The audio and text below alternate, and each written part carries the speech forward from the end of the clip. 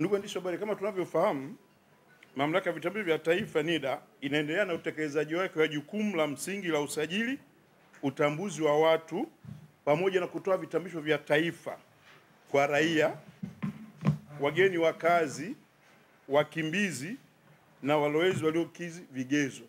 Hapa najaribu nilitoe maelezo kidogo kwa sababu kumekuwa na mkanganyiko wa baadhi ya sehemu, nisingependa lije katika maswali, kwamba kuna baadhi ya wageni wa kazi au wakimbizi au walowezi wamekuwa wakizuiwa sehemu wakiwa na kitambulisho cha taifa, na hivyo kuzua tofauti kwamba NIDA wanatoa vitambulisho kwa watu wasiohusika.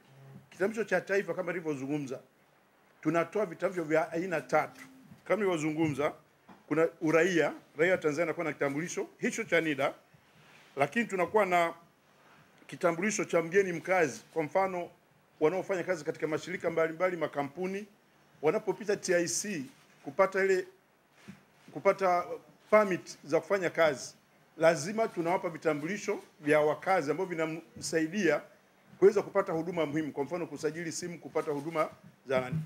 Lakini pia tuna wakimbizi na wakazi walezi. Ningeweza kutoa mfano namna ya aina ya vitambulisho.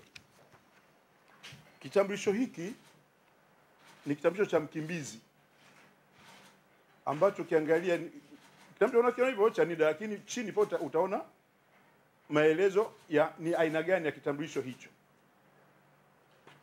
Lakini tuna kitambulisho cha taifa Mtanzania, utaona Citizen Identity Card.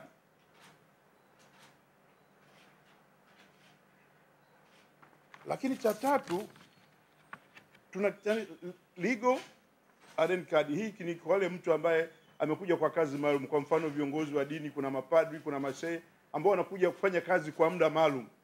Ina maana kila kitambulisho kina kibali cha kufanya kazi na kuishi kinapomalizika, inabidi arenew tena kitambulisho.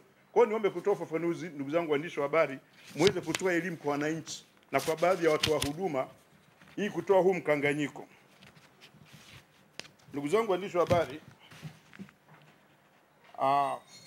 mabadiliko ya katika utekelezaji wa shughuli hizo za usajili, utambuzi na mabadiliko ya taarifa ni moja ya huduma inayotolewa na Mamlaka ya Vitambulisho vya Taifa, ambayo inaruhusu mtu aliyesajiliwa katika mfumo wa NIDA kuhuisha na kufanya mabadiliko ya taarifa zake binafsi kwa kuzingatia sheria, kanuni, taratibu na miongozo iliyopo. Naomba nirudie. Katika utekelezaji wa shughuli hizo, shughuli zetu kama sisi watoa tunaofanya utambuzi, tunaruhusu pia kuhuisha taarifa, kufanya mabadiliko, lakini ukifuata taratibu na misingi na sheria iliyowekwa. Si unakuja tu jina lako unaitwa Niko Rusingu, lakini unakuja kujiandikisha pale kwa sababu unaipenda Yanga, unaamua kuandika Niko Pakome Rusingu. Hiyo inakuwa ni taarifa ya uongo. Matokeo ukija kubadili, tunaangalia kama kuna ambatisho gani vilivyokuwepo na kwa nini jina hili litokee. Ndugu zangu waandishi wa habari,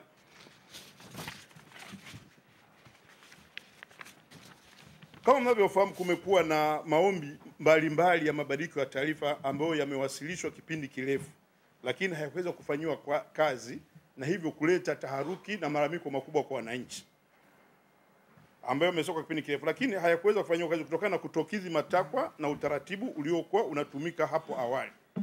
Kati ya maombi ambayo hayakuweza kufanywa kazi ni watu waliotumia nyaraka za kugushi pamoja na waliotoa taarifa za udanganyifu wakati wanajisajili.